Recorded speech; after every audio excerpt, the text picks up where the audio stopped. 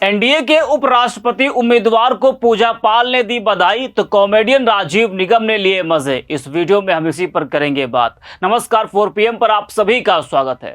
हाल ही में सपा अध्यक्ष अखिलेश यादव ने अपनी बागी विधायक पूजा पाल को पार्टी विरोधी गतिविधियों और अनुशासनहीनता के आरोप में पार्टी से निष्कासित कर दिया। इस फैसले के पीछे की मुख्य वजह थी, उन्होंने विधानसभा सत्र के दौरान मुख्यमंत्री योगी आदित्यनाथ की खुले तौर पर तारीफ की थी, जो पार्टी के लिए अनुशासन का उल्लंघन था, जिसके बाद सपा ने पूजा पाल को आजाद कर दिया। राज्यसभा चुनाव के दौरान सपा के 7 बागी विधायकों ने बीजेपी उम्मीदवार को वोट किया था, जिसमें पूजा पाल भी थी। हालांकि तब पार्टी ने कोई एक्शन नहीं लिया था। पूजा पाल ने मौका तो दिया था, लेकिन पार्टी ने इंतजार किया था।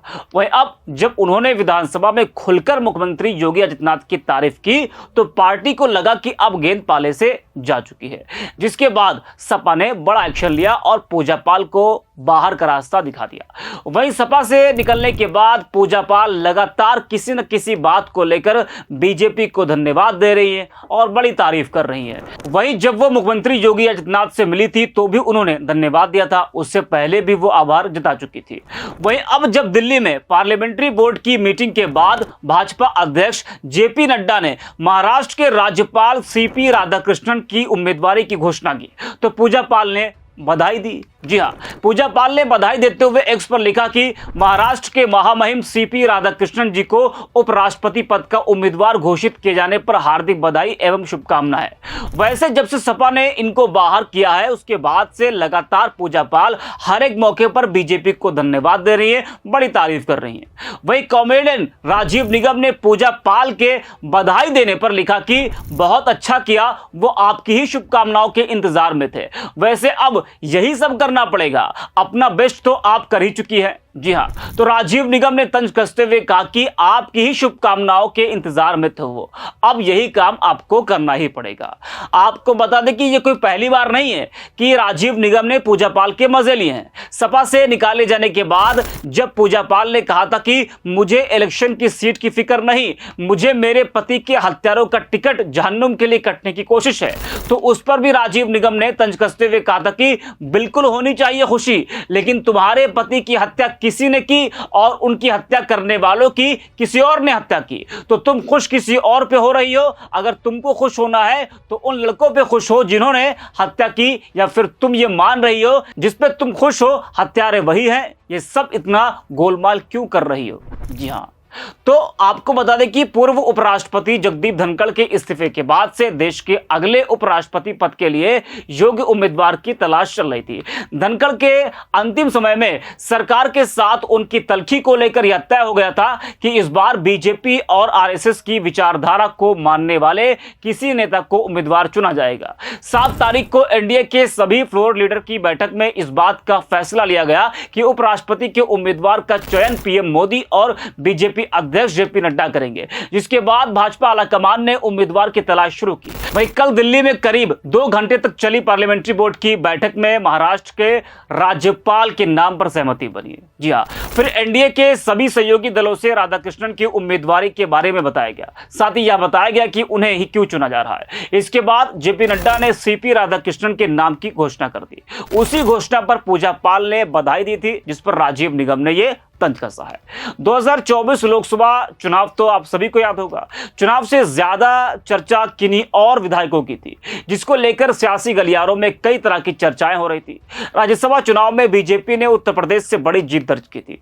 पार्टी ने 8 उम्मीदवार उतारे थे और सभी को जीत मिली थी। समाजवादी पार्टी के 3 प्रत्याशी थे, लेकिन एक हार गए। सपा के 7 बागी विधायकों ने क्रॉस वोटिंग की थी और सत्ता पक्ष के उम्मीदवार को वोट किया था। क्रॉस वोटिंग से ही बीजेपी के 8वें उम्मीदवार संजय सेठ को जीत मिली थी, जिससे बीजेपी विपक्षी विधायकों की अंतरात्मा की आवाज बता रही थी। समाजवादी पार्टी के 7 बागी विधायक राकेश पांडे, राकेश प्रताप सिंह, अभय सिंह, विनोद चतुर्वेदी, मनोज पांडे, पूजा पाल और आशुतोष मौर्य ने एनडीए के समर्थन में मतदान किया था, जिसके बाद से इनमें से कई सपा बागी विधायकों की नजदीकियां बीजेपी से बढ़ती गई, लेकिन फिर भी सपा ने लंबे समय तक बागी विधायकों पर कोई कार्रवाई नहीं की।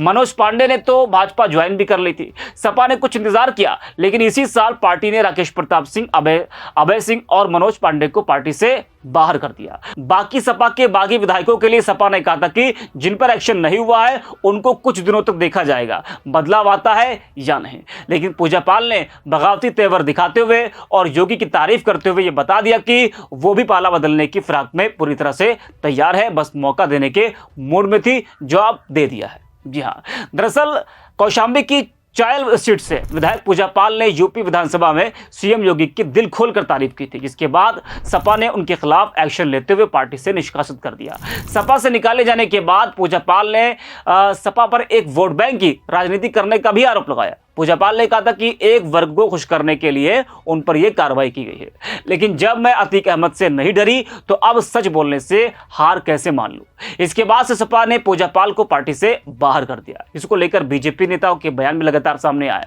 वहीं सपा विधायक रागिनी सोनकर ने पूजा पाल को लेकर एक बड़ा बयान दिया था। उन्होंने कहा था कि वो जिस समाजवादी पार्टी के भरोसे चुनाव जीतकर आई थी उसी पार्टी को उन्होंने धोखा दिया। उन्होंने पूजा पाल के खिलाफ लिए गए एक्शन पर पार्टी का समर्थन किया। रागिनी सोनकर से एक निजी चैनल के पत्रकार ने कार्रवाई को लेकर सवाल किया था, तो उन्होंने तंज कसते हुए पूछा था कि कौन पूजा पाल किस पार्टी में है। अच्छा हुआ आपने ये बता दिया, क्योंकि मुझे पता ही नहीं था।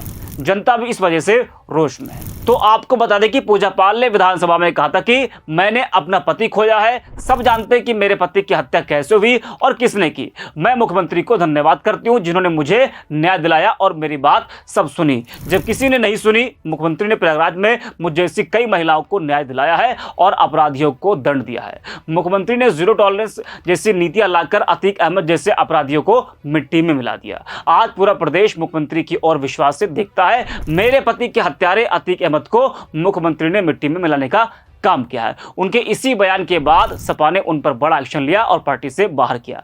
दरअसल पूजा पाल बहुत पहले से ही समाजवादी पार्टी से बगावत के मूड में थी। उनकी बीजेपी से नजदीकियां बढ़ती जा रही थी। शिवपाल यादव ने तो यहां तक कह दिया था कि पूजा पाल का केशव प्रसाद मौर्य जैसा हाल होगा। तो अब इस वीडियो में इतना ही। आप देखते रहिए 4PM।